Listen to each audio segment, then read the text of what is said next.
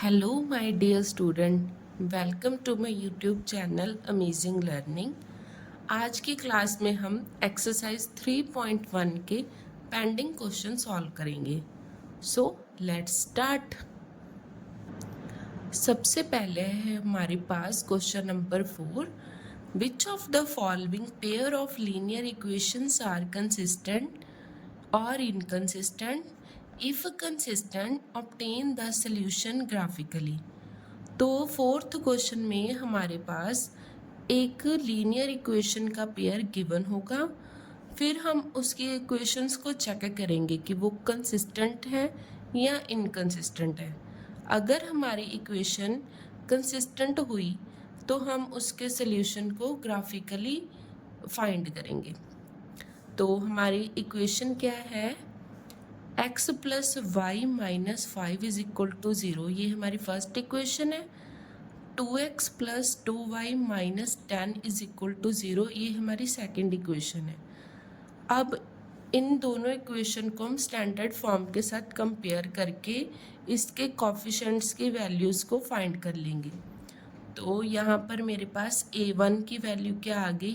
1, a2 की value आ गई 2, b1 की वैल्यू 1, b2 की वैल्यू 2, c1 की वैल्यू -5 एंड c2 की वैल्यू आ गई मेरे पास -10। अब a1 इसको रेशो वाली फॉर्म में लेंगे। a1 ओवर a2 वो आ गया मेरा 1/2, b1 ओवर b2 वो आ गया मेरा 1/2, c1 ओवर c2 मेरे पास था -5 ओवर -10। नेगेटिव साइन के साथ नेगेटिव साइन कैंसिल, 5 के टेबल पे कटिंग होने के बाद ये हमारी क्या वैल्यू आ गई? 1/2। तो ये तीनों वैल्यूज़ आपस में इक्वल हैं। जब ये कंडीशन होती है हमारे पास कि a1 over a2 equal to b1 over b2 is equal to c1 over c2, तो हमारी लाइंस क्या होती हैं? कोइंसिडेंट लाइंस होती हैं, तो हमारी इक्वेशंस क्या होती हैं? कंसिस्टेंट। अब हम इन दोनों लाइंस के से रिलेटेड इनके टेबुलर फॉर्म बनाएंगे। तो ये रहा उनका टेबल। मैंने अपने अकॉर्डिंगली वैल्यूज़ को लेट किया है, आप अपने अकॉर्डिंगली भी वैल्यूज़ को लेट कर सकते हो कि जब मैं x की वैल्यू को 0 लूँगी तो मेरी y की वैल्यू 5 आएगी। जब मैं x की वैल्यू को 5 लूँगी तो मेरी यहाँ पर y की वैल्यू 0 आएगी। सिमिलर विद दिस इक्वेशन, जब मैं x की वैल्यू यहाँ पर 2 लूँगी तो मेरे पास y की वैल्यू 3 आ रही है, और जब मैं x की वैल्यू को 4 लूँगी तो मेरे पास y की वैल्यू 1 आ रही है। अब हम इन दोनों इक्वेशंस को ग्राफ पर प्लॉट करेंगे। फर्स्टली हम ड्रॉ कर लेंगे x एक्सिस और y एक्सिस और ये पॉइंट ओरिजिन। तो हमारा फर्स्ट इक्वेशन का टेबल क्या है? x की वैल्यू 0 और y की वैल्यू 5। x की वैल्यू 0 आएगी हमारी यहाँ पर और y की वैल्यू आएगी 5 हमारी यहाँ पर। तो ये हमारा फर्स्ट पॉइंट हो गया 0,5। सेकंड है मेरी x की वैल्यू 5 और y की वैल्यू 0, तो मेरा ये पॉइंट हो गया 5,0। This is done. अब नेक्स्ट हम क्या करेंगे? सेकंड इक्वेशन के रिलेटेड पॉइंट्स को प्लॉट करेंगे। x की वैल्यू है मेरी 2 और y की वैल्यू है मेरी 3, तो मेरा पॉइंट हो गया ये 2,3। y की वैल्यू 4 और x की वैल्यू 4 और y की वैल्यू 1, तो मेरा ये पॉइंट हो गया 4,1। तो अब इन पॉइंट्स को ज्वाइन करते हुए एक लाइन बना ली। अब आपने एक बात नोटिस की होगी कि ये सारे पॉइंट्स एक ही लाइन में आ रहे हैं, ठीक है? तो ये जो पॉइंट है ना ये मेरे सेकंड इक्वेशन की लाइन को रिप्रेजेंट कर रहे हैं। ये देखो, ये वाले मेरी ना सेकंड लाइन को रिप्रेजेंट कर रहे हैं पॉइंट, और ये दो पॉइंट्स हैं वो मेरी फर्स्ट लाइन को रिप्रेजेंट कर रहे हैं। तो हमारी देखो लाइन साइज ही कंसिस्टेंट, तो एक ही लाइन पे लाए करेंगे सभी पॉइंट। इसका मतलब है कि इस इक्वेशन के इन जो हमारे पास इक्वेशन है तो इसके हमारे पास इन्फाइनाइटली मैनी सोल्यूशन होंगे, क्योंकि ये कोइंसिडेंट लाइन है। नेक्स्ट है हमारे पास फोर्थ क्वेश्चन का second part, x minus Y is equal to 8, ये फर्स्ट इक्वेशन है हमारी। Second 3x minus 3y is equal to 16, ये हमारी सेकंड इक्वेशन है। अब इन दोनों लाइंस को हम स्टैंडर्ड फॉर्म के साथ कंपेयर करके हमारे कोफिशिएंट्स की वैल्यूज़ को फाइंड कर लेंगे। a1 की वैल्यू आएगी 1, a2 की वैल्यू आएगी 3, b1 की वैल्यू आएगी -1, b2 की वैल्यू आएगी -3, c1 की वैल्यू आएगी -8 एंड c2 की वैल्यू आएगी मेरी -16। अब इसको रेशो वाली फॉर्म में लिखेंगे तो a1 over a2 is equal to 1 over 3, b1 over b2 -1 over -3, minus के साथ minus sign cancel, c1 over c2 is equal to -8 over -16, negative sign के साथ नेगेटिव साइन कैंसिल, 8 के टेबल पे कटिंग होगी। अब ये दो इक्वेशंस तो मेरी इक्वल है, बट ये जो है ये नॉट इक्वल है। तो ये मेरी लाइंस क्या हो जाएंगी जब ऐसी कंडीशन होती है जहाँ पर a1 over a2 is equal to b1 over b2 not equals to c1 over c2, तो मेरी लाइंस क्या होती हैं पैरेलल और इक्वेशंस होती हैं मेरी inconsistent.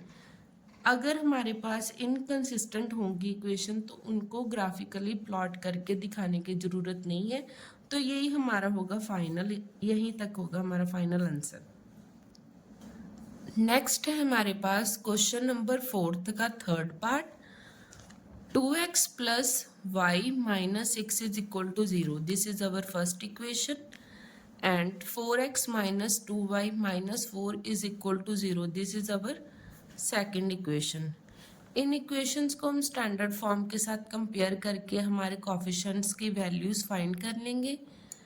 a1 is 2, a2 is 4, b1 is 1, b2 is -2, c1 is -6 and c2 is -4।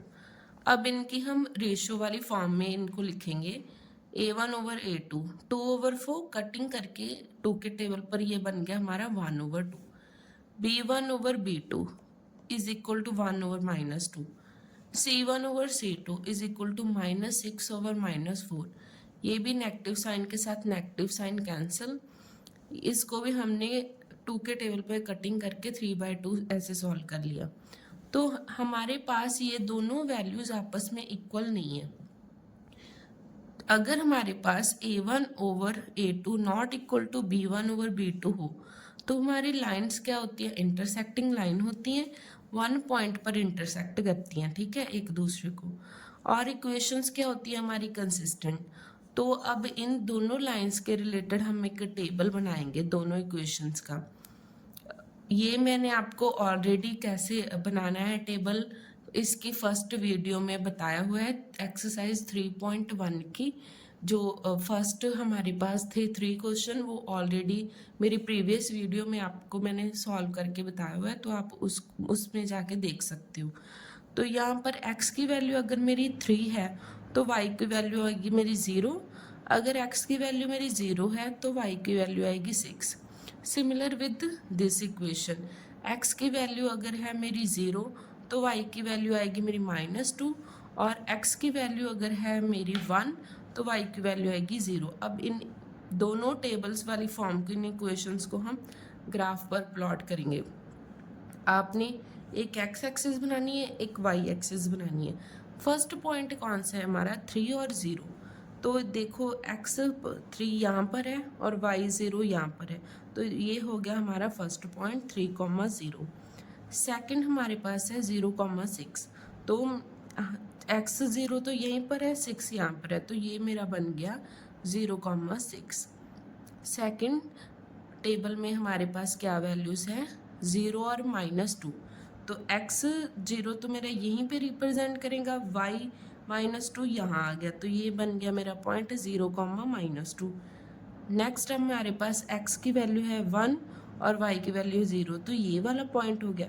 जब हम इन पॉइंट्स को ज्वाइन करेंगे तो ये दोनों लाइंस एक दूसरे को इंटरसेक्ट कर रही हैं। इंटरसेक्ट करने के बाद ये वाला जो पॉइंट है ना, ये यहाँ पर एक दोनों लाइन एक दूसरे को इस पॉइंट पर मीट कर रही है। तो हमारे देखो यहाँ पे जिस पॉइंट पे लाइंस इंटरसेक्ट करी है वहाँ पर मेरी वैल्यूज़ क्या बन रही है, एक्स एक्सिस और वाई एक्सिस की, और आप कह सकते हो कि कोऑर्डिनेट्स की वैल्यू क्या बन रही है।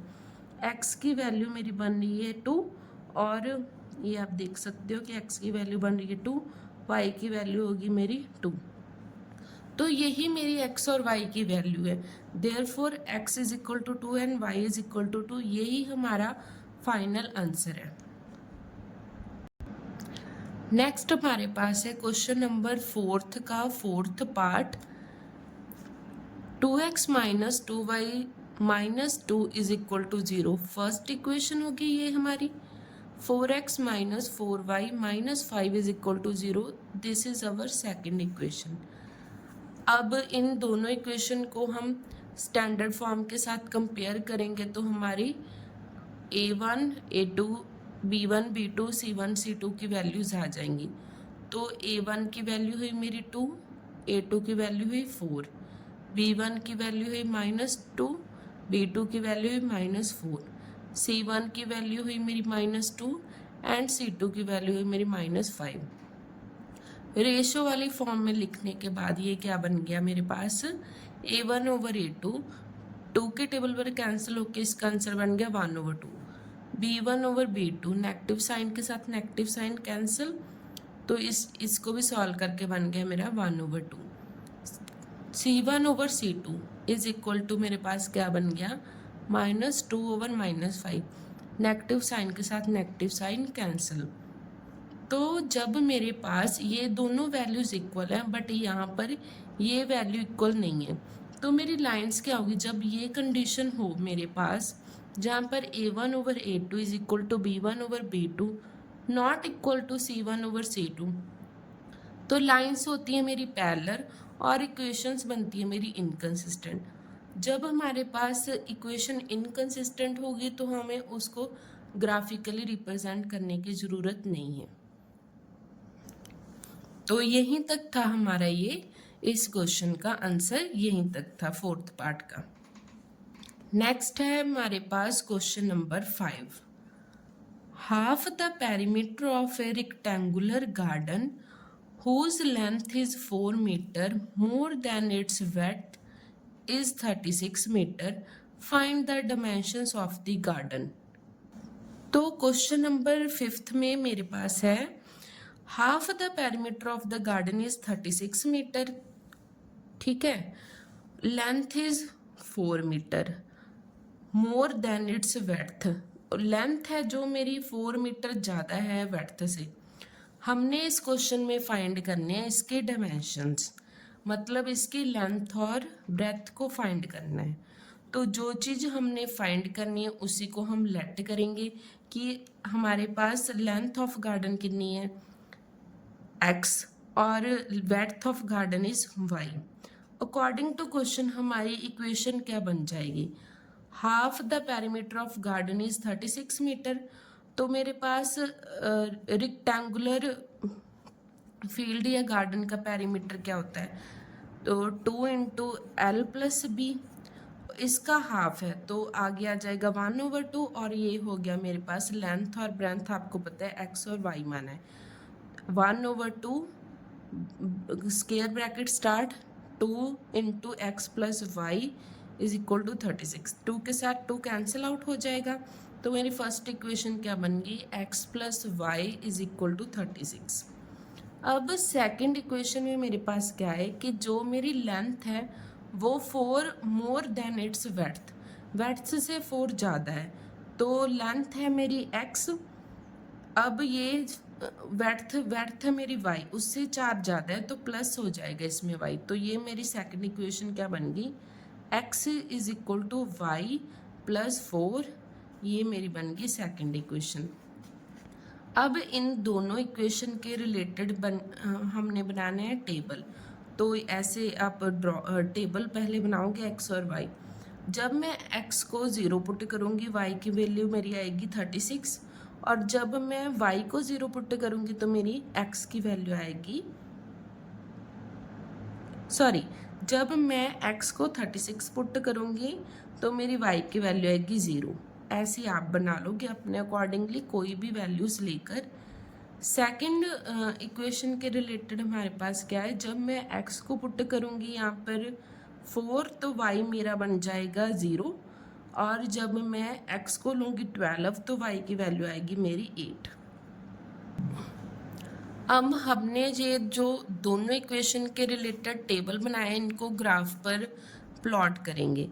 तो पहले आप ऐसे x एक्सिस और y एक्सिस ड्रॉ कर लोगे।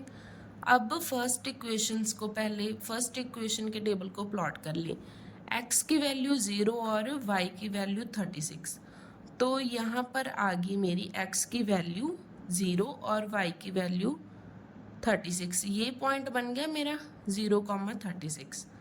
सेकंड टाइम पे हमारे पास x की वैल्यू 36 है और y की वैल्यू 0, तो ये पॉइंट बन गया मेरा 36,0। x is equal to y plus 4 के रिलेटेड टेबल में वैल्यूज़ क्या है, मेरी x की वैल्यू है 4 और y की वैल्यू 0, ये पॉइंट बन गया मेरा। और जब मेरे पास x की वैल्यू है 12 और y की वैल्यू 8, तो ये पॉइंट बन गया मेरा। अब इन पॉइंट्स को हम लाइन एक स्केल की हेल्प के साथ ज्वाइन कर देंगे। तो आप ज्वाइन करने के बाद हमने क्या नोटिस किया कि ये जो दोनों लाइनें एक दूसरे को इस पॉइंट पर इंटरसेक्ट कर रही है। तो इस पॉइंट के कोऑर्डिनेट्स क्या बने, x की वैल्यू बन रही है मेरी 20 और y की वैल्यू बन रही है मेरी 16। तो यही हमारा फाइनल सोल्यूशन हुआ। Length of garden is 20 metre and width of garden is 16 metre. Next है हमारे पास क्वेश्चन नंबर 6। तो क्वेश्चन नंबर 6 में क्या कहते हैं, हम करते हैं उसको discuss. Given the linear equation 2x plus 3y minus 8 is equal to 0. Write another linear equation in two variable such that the geometrical representation of the pair so formed is intersecting line। तो हमें इस question में एक equation उन्होंने खुद given, हमें question में already given है। कौन सी, 2x प्लस 3y माइनस 8। हमने एक ऐसी और इक्वेशन बनानी है जो हमारी इंटरसेक्टिंग लाइन, मतलब कि इंटरसेक्टिंग लाइन की जो कंडीशन उसको सेटिस्फाई करती हुई एक और इक्वेशन बनानी है। तो इंटरसेक्टिंग लाइन की कंडीशन क्या होती है हमारे पास, a1 over a2 not equal to b1 over b2। ये हमें गिवन है, तो हम इसके अकॉर्डिंगली ही वेरिएबल को चेंज करके एक इक्वेशन बना लेंगे। तो ये आप अपनी तरफ से कोई भी वेरिएबल्स की वैल्यूज़ ले सकते हो, कॉफिशेंट्स की वैल्यू ले सकते हो, वेरिएबल तो वही रहेंगे x और y। तो मैंने क्या किया, ये गिवन थी, इसके related 3x plus 2y minus 4 is equal to 0, ये एक इक्वेशन बना ली। अब इसको हम चेक करते हैं। तो ये क्या बन जाएगा मेरा 2 ओवर 3, और यहाँ पर वैल्यू क्या बन जाएगी मेरी b1 ओवर b2 3 ओवर 2। तो ये आपस में इक्वल नहीं है, तो ये हमारी जो इक्वेशन है ये फुलफिल कर रही है इंटरसेक्टिंग लाइन की कंडीशन को। तो ये हमारी फाइनल इक्वेशन बन गई। फाइनल आंसर हुआ हमारा 3x plus 2y minus 4 is equal to 0। 6 question का सेकंड पार्ट है मेरे पास। वहाँ पर हमने पैरेलल लाइंस को एक इक्वेशन हमें गिवन है जो वो सेम ही रहेगी। अब इसमें हमने एक अनदर इक्वेशन बनानी है जो पैरेलल लाइन की कंडीशन को सेटिस्फाई करे। तो लेट्स स्टार्ट। तो पैरेलल लाइन की कंडीशन क्या होती है हमारे पास, a1 over a2 is equal to b1 over b2 not equal to c1 over c2। ये इक्वेशन हमें ऑलरेडी गिवन है। 2x plus 3y minus 8 is equal to 0। अब एक और इक्वेशन बनानी है हमने अपनी तरफ से। तो मैं क्या करूँगी, यहाँ पे इस जो ये कोफिशिएंट है मैं इसका डबल कर दूँगी। 4x बन गया, इसका भी डबल कर दिया, तो ये बन गया मेरा 6। अब यहाँ पे आपने कोई भी कॉफिशेंट है कोई भी आप ले सकते हो, ऐसे कर दिया मैंने, ले लिया -4। अब इनको चेक करते हैं। 2/4 इसका आंसर क्या आएगा 1/2। 3/2 इसका भी आंसर आएगा 1/2। बट ये जो है ये हमारा बनेगा -8/-4। नेगेटिव साइन के साथ नेगेटिव कैंसिल, तो 4 के टेबल पे कटिंग होने के बाद ये मेरे पास बन जाएगा 2। तो ये इक्वल नहीं है, नॉट इक्वल है। तो ये जो हमने इक्वेशन ली है ये हमारी पैरेलल लाइन की कंडीशन को फुलफिल कर रही है, जहाँ पे 1/2 इज इक्वल टू 1/2 है, बट नॉट इक्वल टू 2/1 है। मतलब थर्ड इक्वेशन की कोफिशिएंट्स के साथ इक्वल नहीं है। तो हमारी इक्वेशन क्या बन जाएगी, 4x + 6y - 4 is equal to 0। This is our final answer. Third part में हमारे पास क्या है, हमने कोइंसिडेंट लाइंस के रिलेटेड एक इक्वेशन बनानी है, ठीक है। तो कोइंसिडेंट लाइन की कंडीशन क्या होती है, A1/A2 is equal to B1/B2 is equal to C1/C2। ये इक्वेशन हमें ऑलरेडी गिवन है। तो यहाँ पर भी मैं क्या करूँगी, ये जो हमें गिवन है ना जो इक्वेशन, में इनका डबल कर लूँगी। तो 2 का डबल हो गया 4, 3 का डबल 6, 8 का डबल 16। तो ऐसे करके मैंने एक इक्वेशन बना ली। अब इनको हम चेक करेंगे कि ये हमारी कंडीशंस को सेटिस्फाई कर भी रही है या नहीं।